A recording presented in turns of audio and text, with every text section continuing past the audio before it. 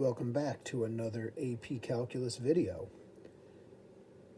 As promised, if you got my message, we need to change the curriculum a little bit. I'm going to jump to what our last unit would have been, which is differential equations. I'll explain what those are.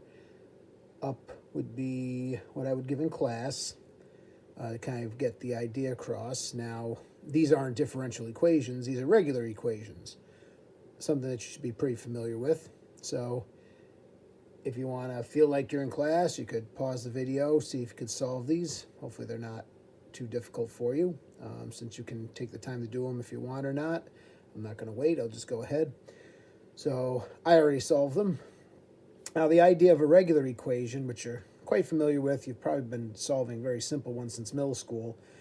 You took an entire course called algebra, which was about solving all kinds of different types of equations, and then you went on and took algebra 2 and pre-calculus to get better at solving all kinds of different types of equations with all kinds of different types of functions.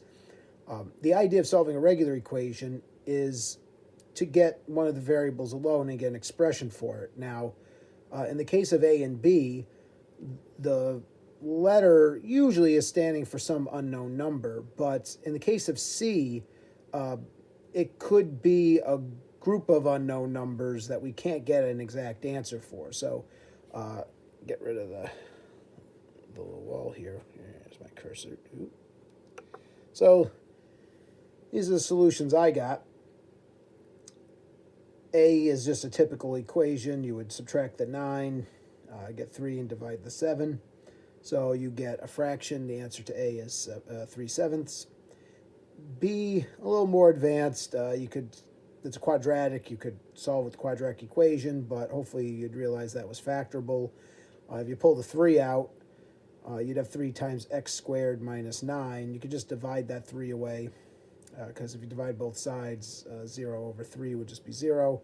When you were left with x squared minus 9, that's difference of perfect squares. You could factor that into x plus 3x minus 3, or you could take x squared minus 9, add over the 9, square root it, and get plus or minus the square root of 9, which either way, however you want to solve it, gives you 2 answers. So you're aware that equations don't always necessarily have to have one solution. They could have multiple solutions. So the first one, A, has one solution, B has 2 solutions, 3 and negative 3. And then C, well, we don't really have any solid numbers in it. I mean, there's the squareds, but everything else is a variable. But we can treat all the variables as if they're numbers because that's what they're representing.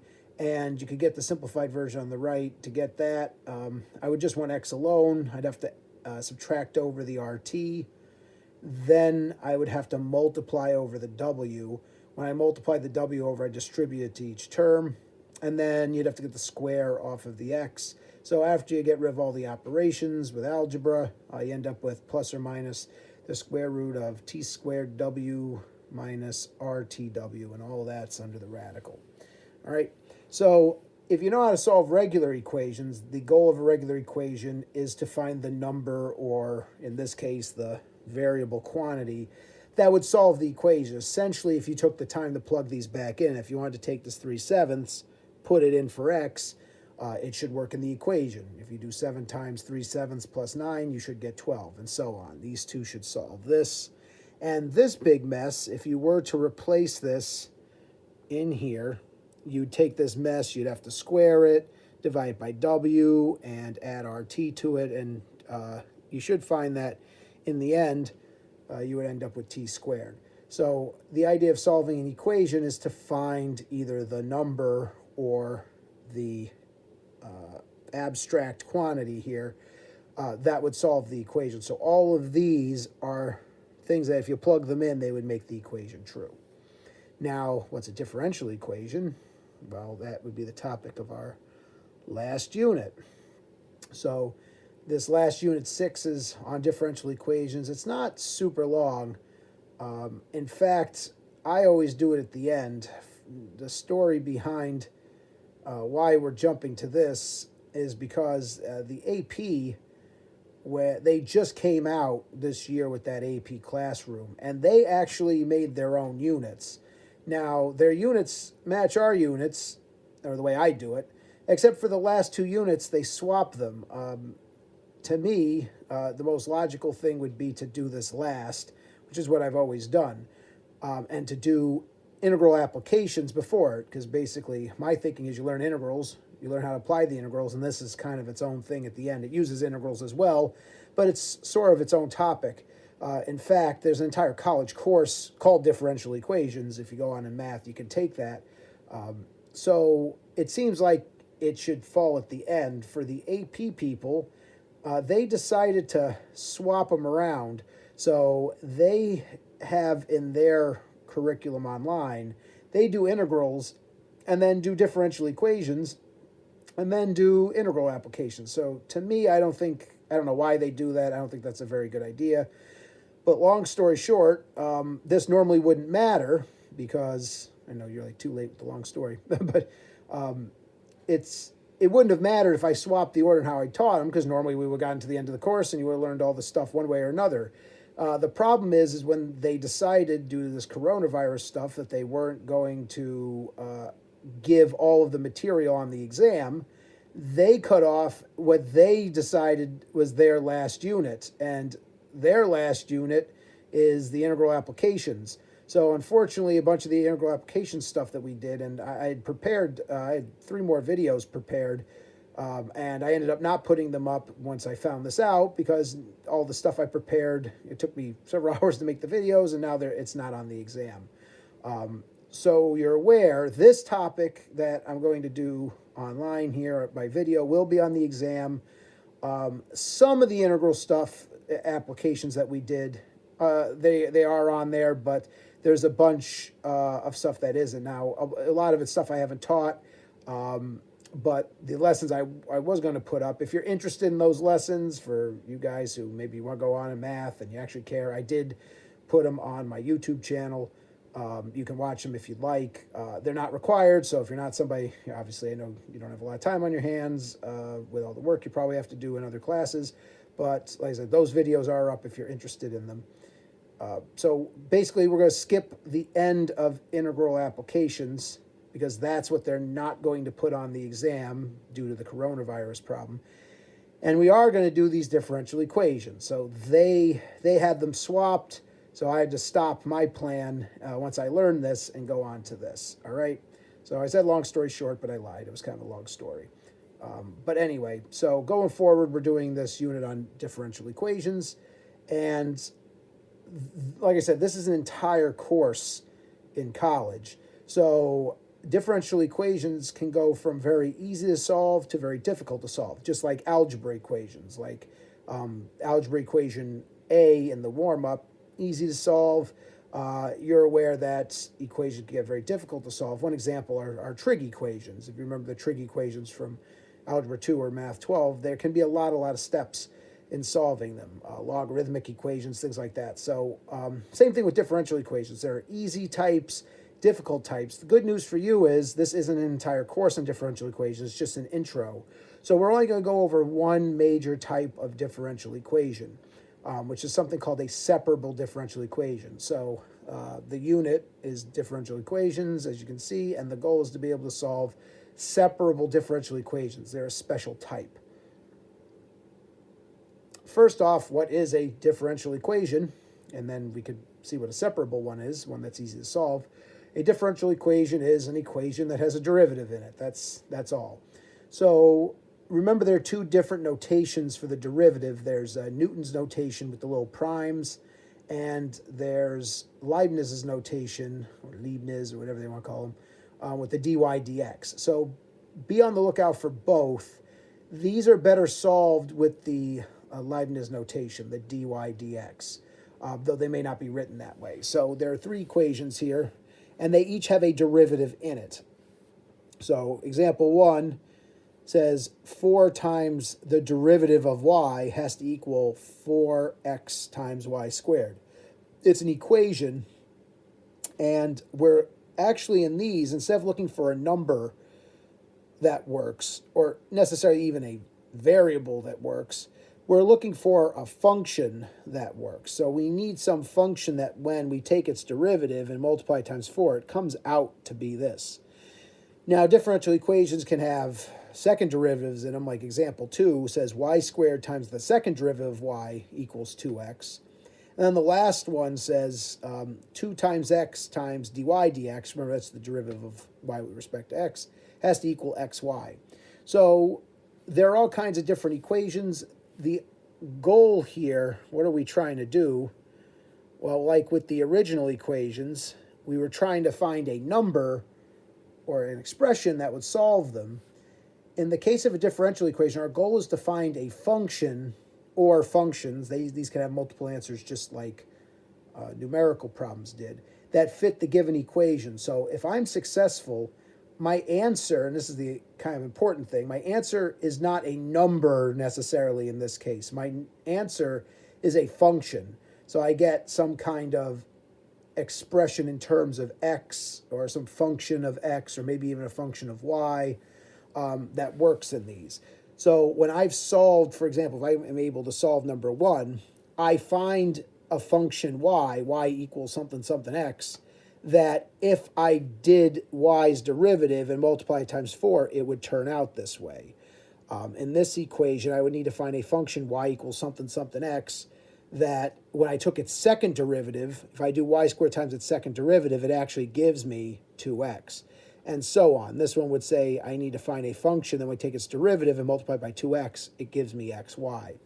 So there's not just the x's and the y's and the numbers floating around, but there's also this derivative, and the goal is to solve for what function, if I plug it in and did the operations it says, would fulfill these. And like I said, these can go from very easy to very difficult to solve. There's an entire course on them. In fact, there's some colleges have several courses, but the ones we'll do are, I said, called separable, and not all the ones here I showed you are separable. So let me tell you the type that we will do, and it can be solved pretty easily with some algebraic manipulation and then some integration. So a separable differential equation is as follows. It's a differential equation in which the two variables can be on separate sides of the equation. So basically you can get all of the y's on one side and all of the x's on the other. Now, something that's in these equations that weren't in the ones you did in algebra are the differentials, the dy and the dx. Remember, the little dy stands for a tiny change in y, and the dx stands for a tiny change in x. In fact, so tiny they're infinitesimal. But they're so tiny, but they're non-zero. They're a little weird, but remember, we define them in terms of limits. So the dy and the dx are also things we have to contend with. But if something's separable, it has this form. Basically, what this form means is there's a bunch of y's. That's what the g of y is representing. There's some function of y's. There's a bunch of y's, a bunch of x's, and this derivative. Now, what can happen with this derivative is it can be separated, hence the name separable differential equation. What you can do with the dx is if I multiplied both sides by the dx, the right side would gain it, the left side would lose it. Think of the dy dx like a little fraction. It's a slope. I'll get rid of that division bar. And a separable equation can be written like this. So all of the y's are on the left side, including the differential dy, and all of the x's are on the right side, including the differential dx. Once you've written it with all the x's on one side, all the y's on the other, and the little differentials are on them, you can use integration to solve it. So here are the steps that you need to follow. There are 4, so steps.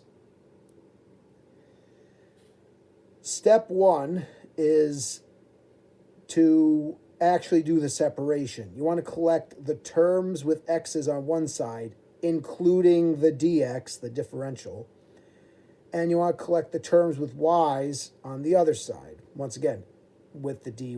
So all the x's and the dx on one side, all the y's and the dy on the other. If you're able to do that, it's a separable equation. What makes differential equations more difficult than this is some of them are not able to be separated. The good news for you is that they are not going to ask you to solve anything like that. Now, I will go over 1 or 2 examples where they may give you a differential equation that's not separable, but they've never given one that is not, that wouldn't be in a multiple choice question. Now, I don't think they're even going to give you multiple choice now. So this other type may not even be on there, but I'll go over it anyway. So it's possible they give you a non-separable one, but they wouldn't have you solve it. They would just have you verify that the solution worked, and we'll do that in another video. All right. So if the thing is separable, you'll be able to do step one, and only the types that are the only types they'll give you will be the separable type to solve. So you should definitely be able to do step one. You should be able to find a way to get x's on one side, y's on the other. Step two is to integrate both sides. So the reason you integrate is you get the antiderivative, and it gets rid of those differentials, because you have those little dx's and dy's. I should say there's usually only one, but you have the dx on one side, the dy on the other. You don't want those little differentials there. Integration gets rid of them, because when you take the antiderivative, they go away, and you just get things in terms of x and y.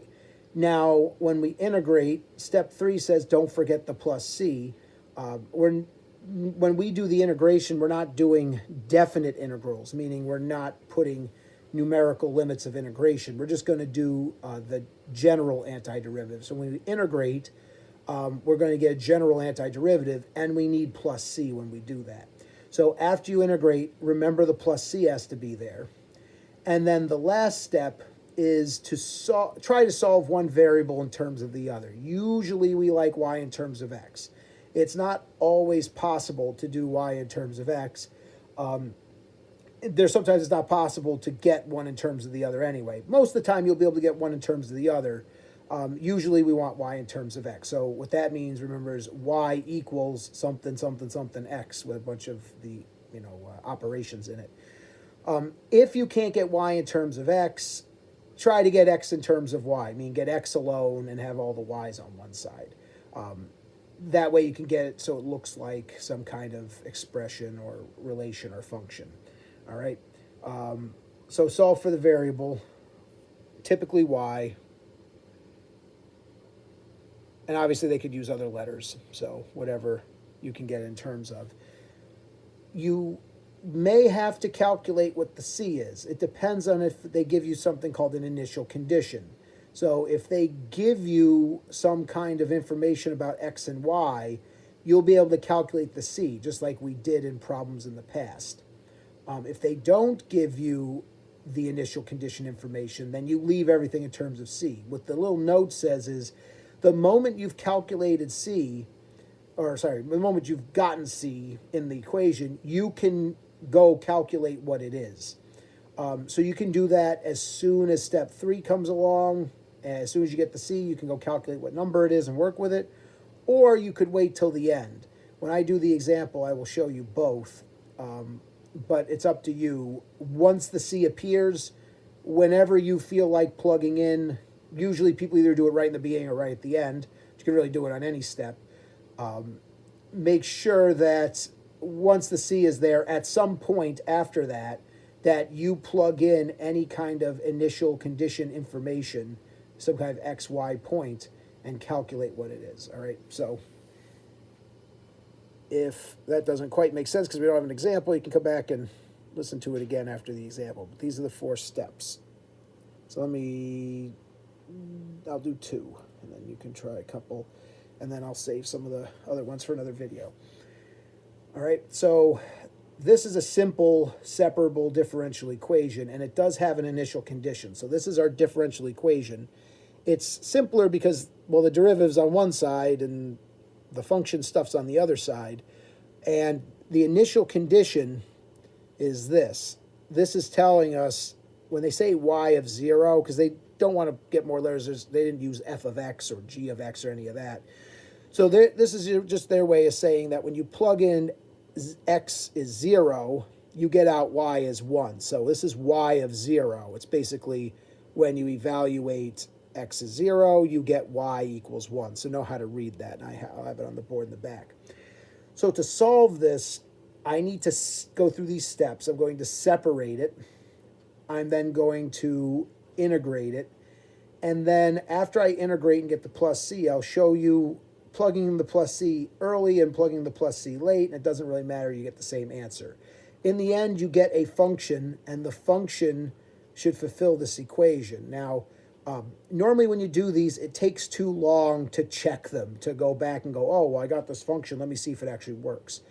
I will, in an extra video onto this, I will show you how these get verified so you can know they're the answer. But to be honest, if you're doing this on the exam, you're most likely not going to have the time to be able to verify if your answer is correct. You're just going to have to do the math, get the solution, and hope for the best. Kind of like a real equation, or I should say real, a simpler equation that you do in algebra. Like in algebra, you get the number answer. You could always go back and check the number, but sometimes you don't have time to do that, or it's not feasible to do so. So with these, I will in a subsequent video check them to show you that they work. But for now, I'm just going to solve them and show you how we get to the solution. The solution is a function. All right. So on the board in the back is the work. And unfortunately, I got it all up at the same time. It basically works from this side down, then over to here, and then I got some extra calculations up here because basically I split it into finding the C early and finding the C late. So let me explain what's going on. Like I had said on the slide, realize that there's an initial condition given. X is 0 and y is 1. So when I get my function answer, the 0.01 has to be on that function answer. Now, the end answer is down here, but I want to work my way through it.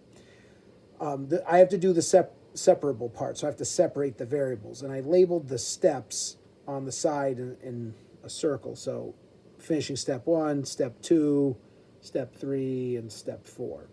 So the separable part is me using algebra to move stuff around. I basically want all the y's on one side and all the x's on the other. To get the y's on one side, this is a mixed expression. It's got 4xy squared. I'm going to divide the y squared over so it's with the dy. So I'm going to divide y squared on both sides. When I divide by y squared, this is essentially 1 over y squared. So I wrote it separately. But I realize I divide y squared. And when I divide y squared on this side, it's gone. So I've done some of the separation. I got the y's on one side. The y squared, the 1 over y squared is with the dy. The problem is the x's aren't on the same side. Now, think of this as division. It is. It's a slope. It's a limit of a slope. It's dy over dx. You can multiply this dx to the other side. So I multiplied both sides by dx. It cancels the dx here and gives it to the other side. So this is accomplishing step 1. This is separated. I have the y squared and the dy on one side, the x squared and the dx on the other side. From here, I need to get rid of the differentials. I don't want those things on there because they make everything harder to solve. So these look like things that can be integrated. So I'm going to integrate them. Basically, integration is an operation. So just like you can add on both sides or divide on both sides, in step 2, I just integrate on both sides. So I just wrote that same step and put integral signs in front of them. Now, to integrate things, you want to take their antiderivatives. The step I did from here to here was just to change 1 over y squared into a power rule, because these are both power rules and they should be easy to integrate. So when I integrate y to the negative 2, I get y to the negative 1. Remember, when we do the power rule, we add 1 and then divide by the number I got. So I got y to the negative 1 over negative 1. And then when I do the power rule to negative 4x to the 1, it goes up to 2 and then divide by 2. Now, when you integrate, you have to remember the plus c. Technically, you may wonder, well, why don't I put a plus c on both sides? You could put a plus c and a plus d, one on one side, one on the other. But then if you combine them, say I had a plus d on this one and a plus c, I could subtract the d over, combine it with the c, and it would make a new constant. So when you integrate, you only need to put the constant on the one side. You don't need to put it on both sides, because essentially they both get a constant, but you could combine them into another constant, and it doesn't matter because we don't know what the constant is yet. So I suggest putting the constant on the side that you're not going to get alone. My goal is to try to get y by itself, so I'm going to put the c on the x side. If you put the c on the y side, you could solve it for x. It doesn't really matter. But the professional way, the standard thing to do is to get y by itself. So I'm putting the c with the x's. All right. Now, since I've integrated, the calculus part's over. The rest of it is just finding what that constant is and getting the function in terms of y. All I did from this step to this step was just a little bit of simplification. This negative can just go to the outside, so that division by -1, I just threw on the outside as a negative. Y to the power of -1 means y gets shot to the bottom. So remember, y to the -1 is 1 over y to the +1. So this thing is the simplified version of this. And 4 over 2 is 2, so that side should be easy. So now I've got this. Now from here, since I have the plus c, I just decided to show it both ways. It's a matter of preference. Sometimes one way is easier, sometimes the other is. Basically, I need to find the c. Your options are to find the c in the end, which I did on the right, or find the c in the beginning, which I did on the left. So if you want to find the c immediately, you then go back and go, well, since I want to know what c is, plug in 0 and 1.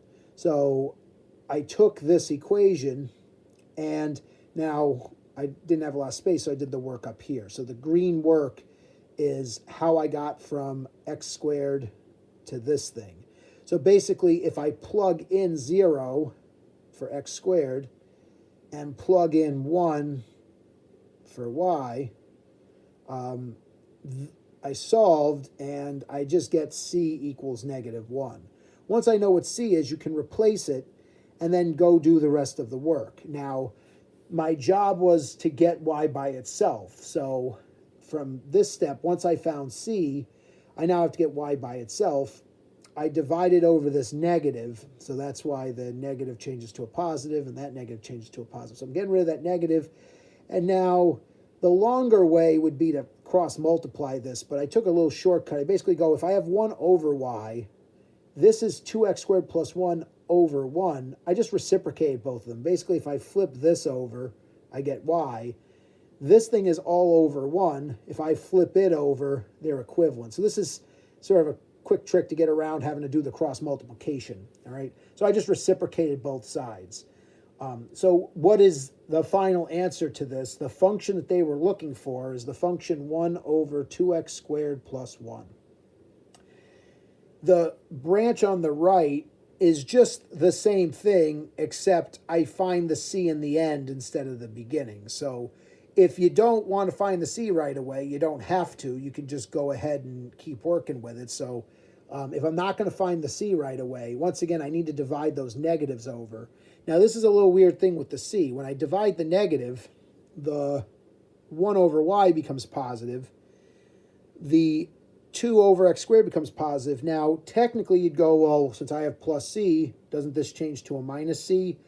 The good news is that we don't know what the c is. So even though it would change sign, it's still a constant, still a number I'm not sure about.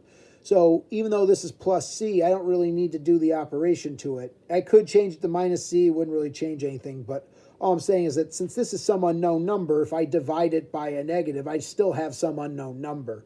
So it's not really important to do the operation in this case to that, because when you divide it, it doesn't really change the fact it's some unknown number. So I'm going to show that. You got to get a little used to that on occasion where they go to operate on the c and they just leave it that way. So basically, I'm leaving this because since it's unknown, if I divide by negative, it's just another unknown, and I just need a placeholder for that unknown. So I still don't know what c is. I still did the same trick on the other side. I decided to reciprocate both sides. Now, when I reciprocated, I do have to move the c. You can't flip these over separately. You'd have to flip the entire thing over, so that c does get tossed to the bottom. Now, I do have the y alone, but I still need to find the c value. So if you do it this way, you've got the answer, but I need to find what c is. And once again, this one I did show the work. Use this point, use 0, 1, come back to this, plug in the 0, plug in the 1. If I do that, it simplifies to be 1 equals 1 over c. And then if you cross multiply that, you get c equals 1. Now, if you do it at the end and get c equals 1, plug it in to the final expression. So at this stage, this is what I was trying to find the c of. I found c was 1 and plugged it in. I still get this answer. So it doesn't matter which way you do it.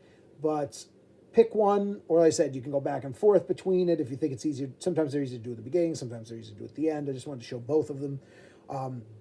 But so now we've gotten to our solution. What does this mean? Well, this is the function that basically solves the original. So this thing's derivative, according to this equation, because I solved it and I found that this was my function, what's dy dx? It would be the derivative of this. According to this, this would be the thing that would solve the initial equation. If I take this thing's derivative, it should equal negative 4xy squared.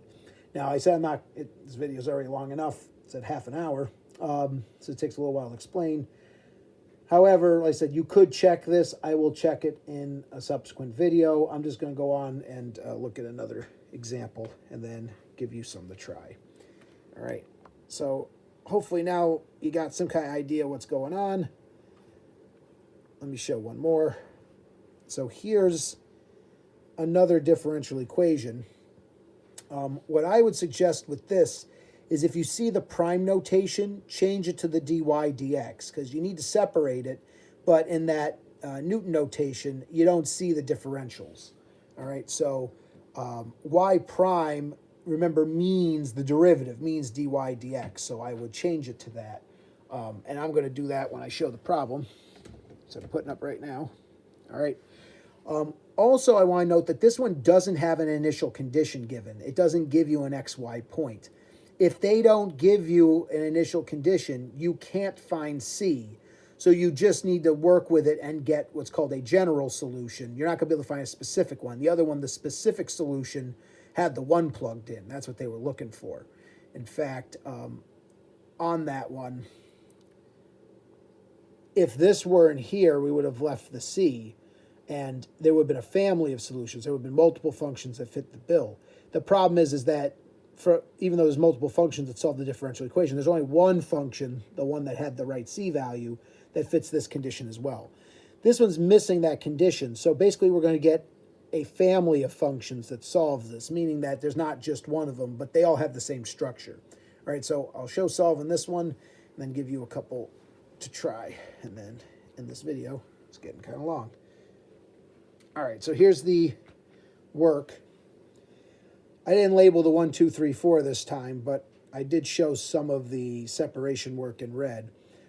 So I noted there was no initial condition. I took this, I changed that y prime to a dy dx so I can do the separation, because y prime is kind of too much of a shorthand. We want to get the differential separated. So we're going to think of it as change in y over change in x. The limit of that's dy dx.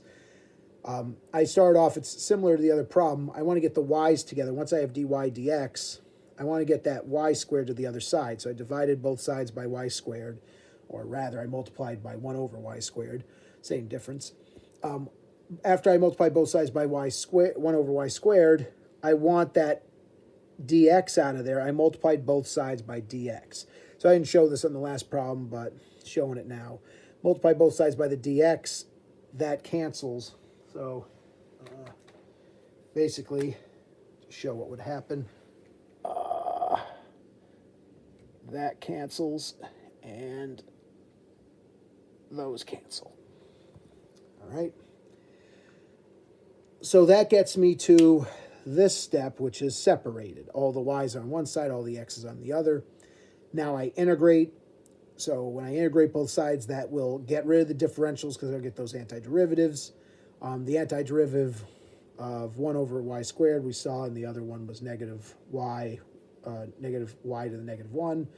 And 1 over x squared, same thing. Its antiderivative is going to be negative x to the negative 1. I didn't show the step where I turn them to y to the negative 2 and x to the negative 2, but I'm talking about it, so realize those are power rules. So as we saw in the last example, I just kind of skipped to these.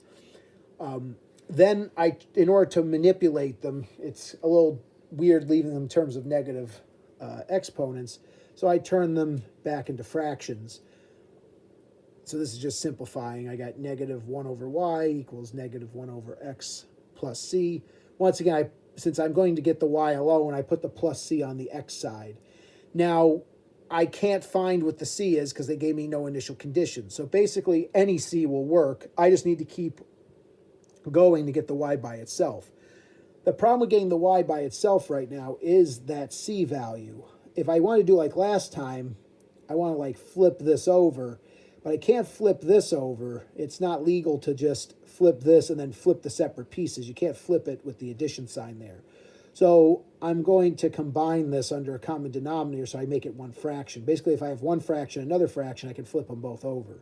But here I have one fraction and here I have like two pieces, so I can't just do it. So in order to simplify it so I can do that and get y alone, I got a common denominator. So I gave the c a denominator of x top and x in the bottom and x in the top. Now that they have a common denominator, I put them together. So all of this is just pre-calculus simplifying. But notice it gives me a single fraction on each side, so I can do my little trick of reciprocating like I did last time. So I have negative 1 over y equals cx minus 1. Now I just swapped these because I would get negative 1 plus cx. It's just easier to write the cx and the minus 1 behind it. Now I end up switching them back because this had the negative on it. Now that I have singular fractions, I want to try to get this thing alone, so the y is alone, and I need to get rid of that negative and flip it over to do it. They're ready to flip, but I don't want that negative there. So I'm going to get rid of the negative, and when I divide this by a negative, it turns positive. When I divide this by a negative, it would basically, we could just throw the negative in the top.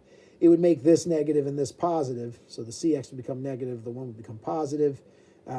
And flip them around again. Now, I don't need to do a top and bottom. I just need to put the negative in one of the spots. If I do a top and bottom, it would just cancel. So I'm only putting the negative in the top, and it switches it back around. So now that I have this expression, it's one single fraction, one single fraction. I can just flip this over and get y, and then flip this over and get my answer.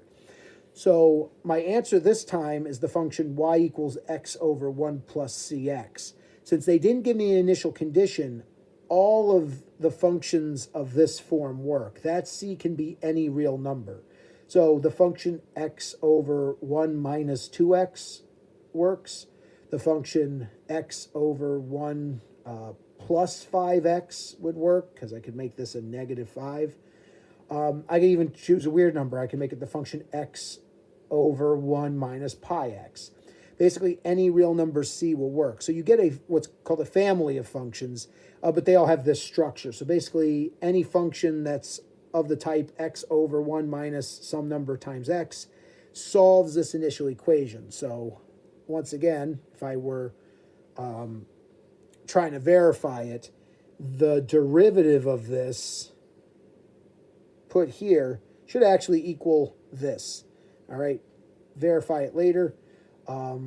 But there are two examples of solving differential equations. They're separable. In fact, this is, with the exception of they get a little harder, this is basically it. That's why this unit's pretty short. I've shown you most of what you need to see. Even though this video's long, it's several days of material here, which is good to get out of the way. Now, they can get a little more difficult than what I just did, but I'll save that for the next video. Here's the ones where you can try them. They're similar to what I did. So if you want to see if you can solve the differential equations, these are simpler ones like I just did. Try them out. One of them has an initial condition and the second one doesn't. So one of them you're going to get a specific function. The second one you're going to get a family of functions. You're going to have that c in there.